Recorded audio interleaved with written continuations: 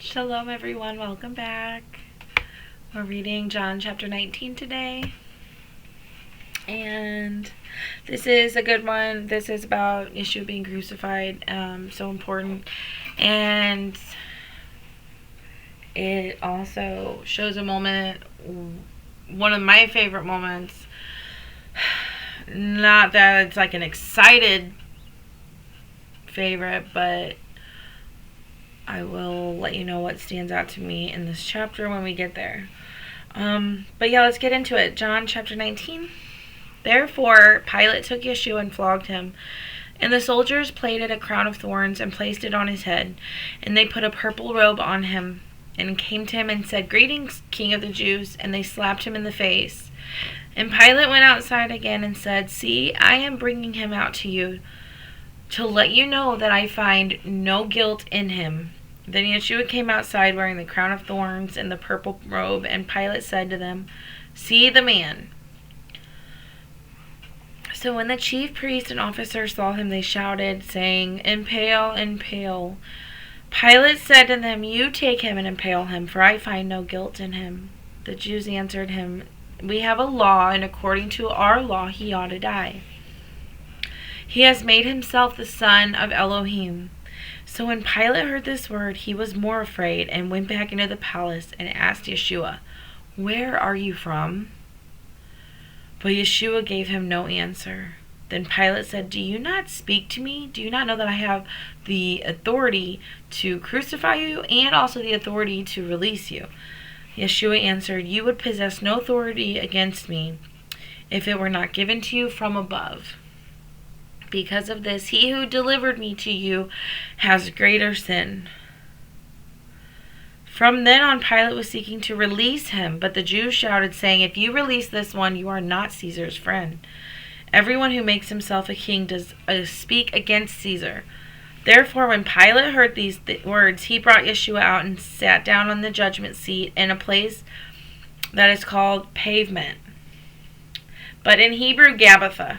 And it was the preparation day of the Pesach week, and about the 6th hour. And he said to the Jews, "See your king." But they shouted, "Away, away, impale him." Pilate said to them, "Shall I impale your sovereign?" The chief priest answered, "We have no king except Caesar." At that time then he delivered him to them to be impaled, and they took Yeshua and led him away. And bearing his stake, he went out to the so-called place of the skull, which is called in Hebrew Golgotha, where they impaled him and 2 others with him, one on this side, one on that side.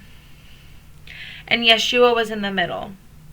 And Pilate wrote a title too and put it on the stake. It was written, "Yeshua of Nazareth, King of the Jews." Many of the Jews therefore read this title, for the place where Yeshua was impaled was near the city, and it was written in Hebrew, Greek, and Roman. The chief priest of the Jews said to Pilate, "Do not just write that he's the king of the Jews, but write, 'I said I am the king of the Jews.'" Pilate answered, "What I have written, I have written." The soldiers, when they had impaled Yeshua, took his outer garments and made 4 parts, to each soldier a part in the inner garment. But the inner garment was without a seam, woven from top in one place. So they said to each other, "Let us not tear it, but let's cast lots for it, whose it shall be," in order that the scripture might be filled that says, "They divided my garments among them, and for my clothing they cast lots." The soldiers therefore indeed did this. And by the stake of Yeshua stood his mother, and his mother's sister, Miriam, was the wife of Caiaphas, I think, and Miriam from Magdala. Okay, so there's 3 Miriams here. And Yeshua looks at his mother and looks at the loved one, his disciple, which is John. They were talking about, he's looking at Mary and John when it says here in verse 26. Yeshua, seeing his mother and the taught one whom he loved, standing by, he said to his mother, "Woman, see your son." He's not referring to himself. He's like telling her to look beside her, "Look at your son." And then he looks at the taught one, John, and he says, "Look, see your mother." And from that hour, that taught one took her to his own home. So I think Yeshua is saying here, like, since he's going away, his mom's going to be without a son. He's giving John to be her son. And he's giving giving his mom to be John's mother. And so that they can live with each other. Which is beautiful. After this, Yeshua, knowing that all had been accomplished, in order that the scripture might be accomplished, said, I thirst. A bowl of sour wine stood there, and they filled a sponge with sour wine, put it in hyssop, and held it to his mouth. So when Yeshua took the sour wine, he said, It has been accomplished. And bowing his head, he gave up his spirit. Therefore, since it was the preparation day, the bodies should not remain on the stakes on the Sabbath, for the Sabbath was a high one. The Jews asked Pilate to have their legs broken and that they be taken away. Therefore, the soldiers came and broke the legs off the first guy to the one side of Yeshua, and then they came over to the guy on the other side of Yeshua and they broke his legs. But when they came to Yeshua and saw that he was already dead, they did not break his legs. One of the soldiers instead pierced his side with a spear, and instantly blood and water came out. And he who has seen has witnessed, and his witness is true, and he knows that he is speaking the truth in order that you might believe. For this took place in order for the scripture to be filled. So previous in scripture, and I don't know it off the top of my head, but previously in the scriptures it says, not one of his bones shall be broken.